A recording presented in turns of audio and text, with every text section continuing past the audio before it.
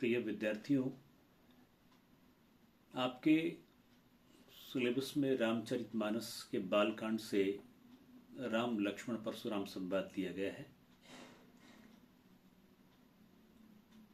इसका रामचरितमानस के कथानक में बहुत महत्वपूर्ण स्थान है। हमारे यहाँ ये संक्षिप्त सा अंश लिया गया है। इसमें राम, लक्ष्मण और परशुराम तीनों के चरित्र का उद्घाटन होता है। जब राजा जनक द्वारा आयोजित सीता स्वयंवर के अवसर पर भगवान श्री राम शंकर जी के धनुष को तोड़ डालते हैं, तब वहां उपस्थित समाज के विभिन्न लोगों पर विभिन्न प्रभाव पड़ता है। राजा जनक प्रसन्न होते हैं, सीता जी की मनोकामना एवं भक्ति पूरी होती है।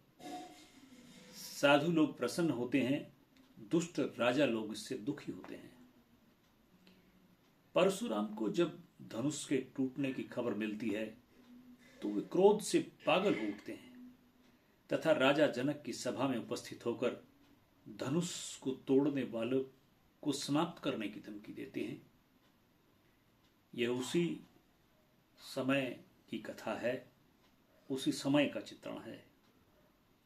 देखिए कहां से शुरुआत होती है।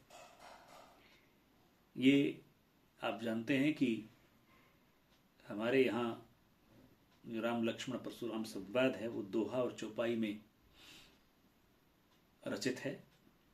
तो इसकी शुरुआत यहाँ चौपाई से होती है और चौपाई का हमारे यहाँ गाने का एक विशेष लय रही है। मैं उसी तरह का प्रयास आपके सामने करता हूं। नाथ शंभु धनु भंजनिहारा, हो ही को एक दास तुम्हारा।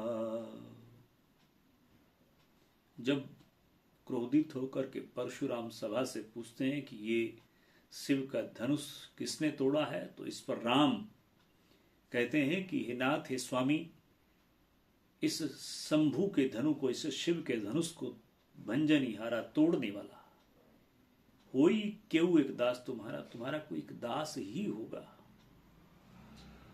आये सुकाह कहिए किन मोही, सुनी रिसाई बोले मुनि को ही। आये सुकाह, क्या आज्ञा है, कहिए किन मोही, मुझे क्यों नहीं कहते।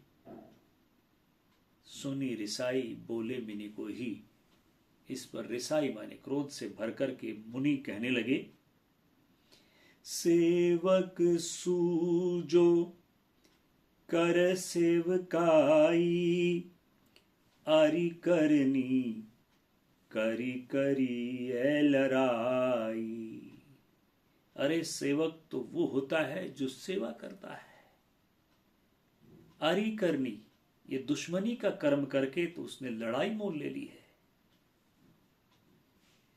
सुनहु राम जेहि शिव धनु तोड़ा, सहस बाहु सम सो रिपु मोरा।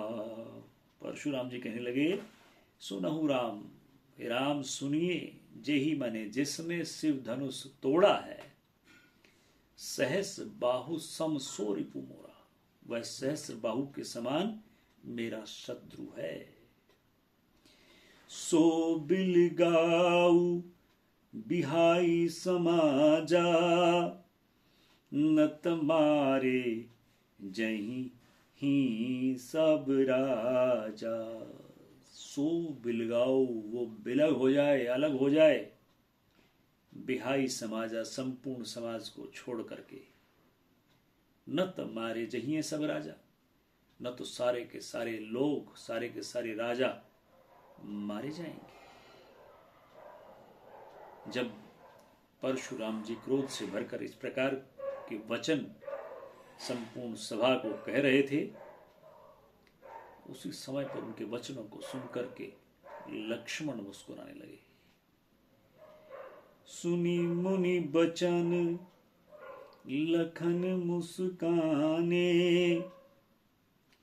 बोले परसु धरई अवमाने।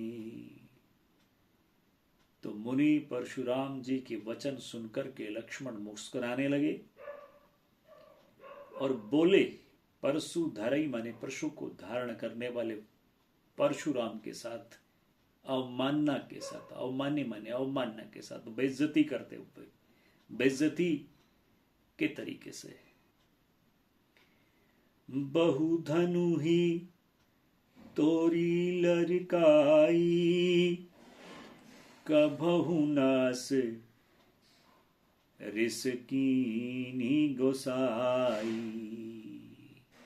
बहु धनु ही, बहुत सी धनु ही हमने लड़कपन में तोड़ी है, जैसी आज तोड़ी है, जिस प्रकार की आज टूट गई है।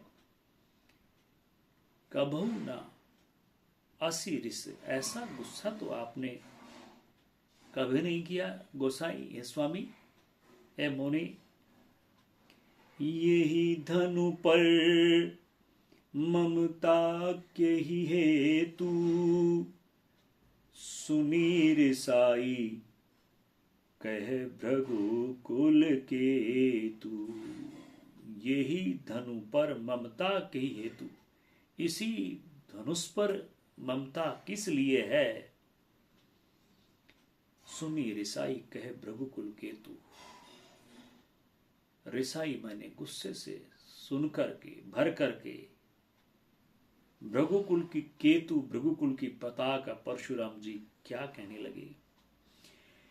रे नृप बालक काल बस बोलत तो ही न संभार, धनु ही सम त्रिपुरारी धनु विदित सकल संसार। रे नृप बालक, रे राजकुमार, काल बस, काल के अधीन, बोलत तो ही न संभार, तू संभाल करके नहीं बोल रहा है, मर्यादित आचरण नहीं कर रहा है। धनु ही सम त्रिपुरारी धनु, त्रिपुरारी धनु, त्रिपुरारी शिव का धनुष को तो धनु ही के समान कहता है। त्रिपुरारी शिव के धनुष की महिमा सारा संसार जानता है, विदित सकल संसार, सारा संसार जानता है।